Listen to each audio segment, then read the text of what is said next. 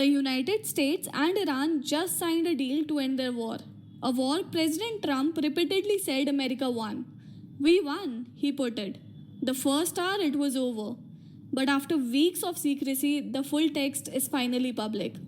A 14-point document both governments have now released, called the Islamabad Memorandum of Understanding. So instead of taking anyone's word for who won, let's do something simple. We'll go through all 14 points one by one and keep score. For each point, we will ask, does this mainly benefit the United States or mainly benefit Iran? Or just return things to roughly how they were before the war? Then we'll compare the final deal to what the US said it wanted when the fighting began. One honest note before we start. Who benefits is a judgment call, not a science. This is one reasonable reading, so keep your own score as we go. Now, three buckets. First, a US gain. The point gives Washington something it wanted or costs Iran something. Second, an Iran gain. The point hands Tehran relief, money, or recognition. Third, status quo. The point basically restores what existed before the war, so nobody really wins it. A quick reminder of where things stood before. There was no US naval blockade of Iran, the Strait of Hormuz was open, and crippling sanctions were already in place. The war created the blockade and the Hormuz crisis. It did not invent the sanctions. Keep that baseline in mind. It's the difference between a genuine win and simply undoing damage the war itself caused. Now let's look at it point by point. Point 1. An immediate permanent end to the war on all fronts, explicitly including Lebanon, with both sides pledging no more force against each other, and a nod to Lebanon's own sovereignty. Point 2. The US and Iran agree to respect each other's sovereignty and territorial integrity and not interfere in each other's internal affairs. Now, ending the war is good for everyone, but who gains on the scorecard? Point 1 mostly stops a war the US was prosecuting, so it relieves pressure on Iran more than it delivers a US objective.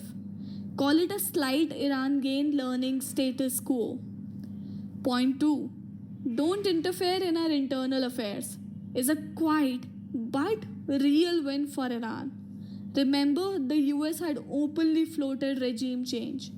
A pledge of non-interference takes that off the table on paper. Now, point 3 is short, but it's the spine of the whole thing.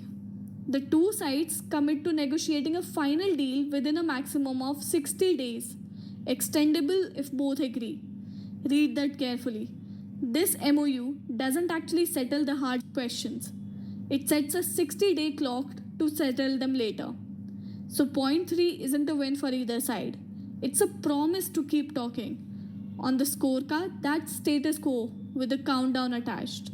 And it is the reason that this is less a peace treaty than a 60-day audition. Point 4. The US starts removing its naval blockade immediately and fully lifts it within 30 days and pulls its forces back from Iran's coast within 30 days of the final deal. Point 5. Iran reopens the Strait of Hormuz to commercial ships, toll-free, but in its exact words, for 60 days only. And it has to demine the strait first. Here's where the baseline matters. Before the war, there was no blockade and Hormuz was open. So point 4, the US lifting its own blockade is mostly undoing damage the war created. That's status quo, not a prize for either side. Point 5 is more interesting. Iran reopening Hormuz is what the US and the world wanted. But remember the baseline. Hormuz was open before the war, so reopening it really just restores the pre-war normal, not a fresh prize for Washington. And Iran slipped in for 60 days only, keeping the strait as leverage. So it nets out to status quo, and Iran is reopening the door while keeping a hand on it. Point 6 is the one that turns heads. The United States, with regional partners, undertakes to develop a plan worth at least $300 billion to rebuild and develop Iran's economy. And Washington will grant the licenses and waivers to move that money. To grasp that scale, $300 billion is roughly the size of Iran's entire economy for a year. Now, two honest caveats here. It's a US led plan with partners, not a US check wired to Tehran. And the mechanism is left to the final deal. But direction matters. This is the country that was bombing Iran now committing to help fund its reconstruction. On the scorecard, that's a clear Iran gain and a remarkable one for a war the US says it won. Now let's see the three big ones together. Point 7. The US will terminate all sanctions on Iran, including UN Security Council resolutions and its own unilateral ones, on a schedule set in the final deal. Point 8. Iran reaffirms it will not build nuclear weapons and its stockpile of near bomb grade uranium will be downblended on site under UN inspection.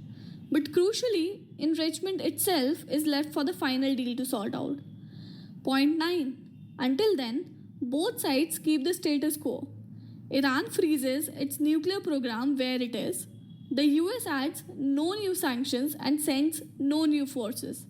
Now score them. Point 7. Lifting sanctions is a large Iran gain. Those sanctions predate the war, so removing them hands Iran something it didn't have before. Point 8. Will give it to the US. And here's the reasoning. Some of Iran's pre-war near bomb grade uranium gets downblended on site under UN inspection. That's a real verifiable concession by Iran. It's giving up its most dangerous material. So the US banks this one.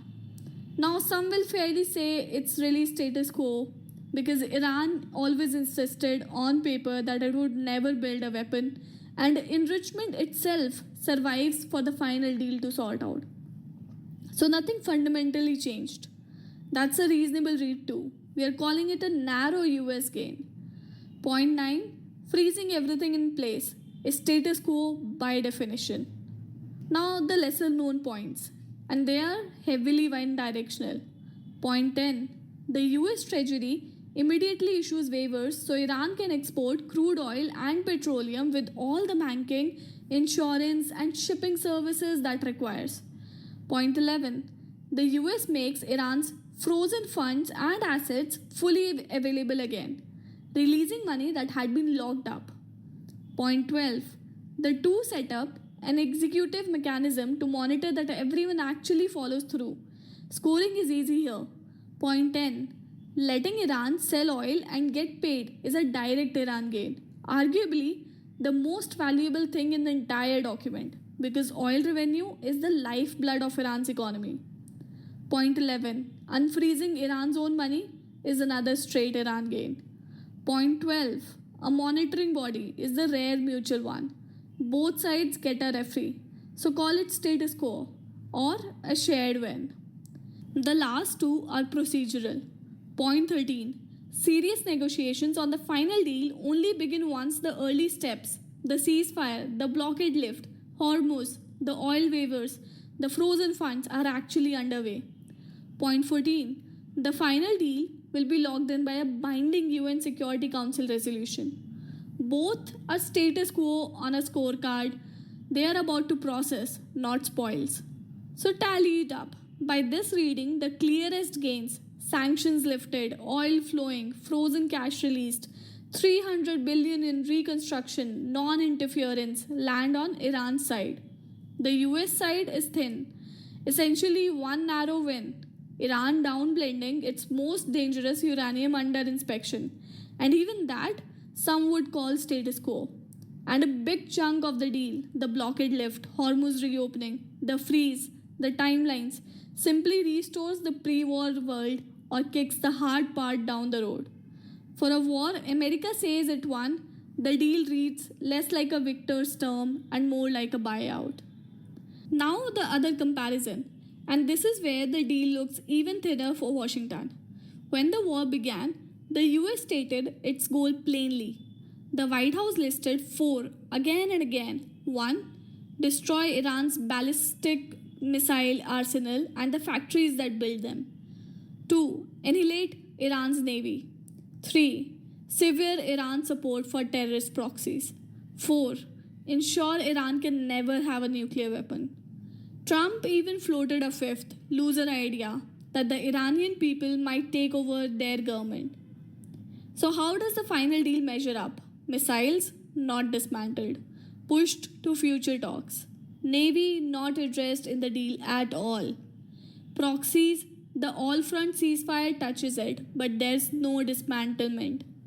Nuclear, this is the one partial success, a no weapons pledge with inspections, but notice the goal quietly shrank. From destroy the program to they won't have a bomb, with enrichment left standing. Regime change, the regime is still there. Four hard objectives narrowed to one partial win, plus a $300 billion bill. That's the gap between the war's goals and the war's deal. So, who won? On this reading, the deal leans Iran. Sanctions gone, oil flowing, frozen cash freed, reconstruction money pledged. While the US won clear win, Iran downblending its most dangerous uranium under inspection is narrow, and even that is contested. But here's the fairest thing to say, and the part that should keep you from scoring this too confidently, almost none of it is final. Remember point 3. Every hard question is pushed into a 60-day negotiation, and the whole thing only sticks if a final deal gets signed and a UN resolution seals it. Iran's reopening of Hormuz is for 60 days only. The sanctions relief is a dial, not a switch. And the deal is already fragile inside Iran. Hardliners are protesting their own negotiators.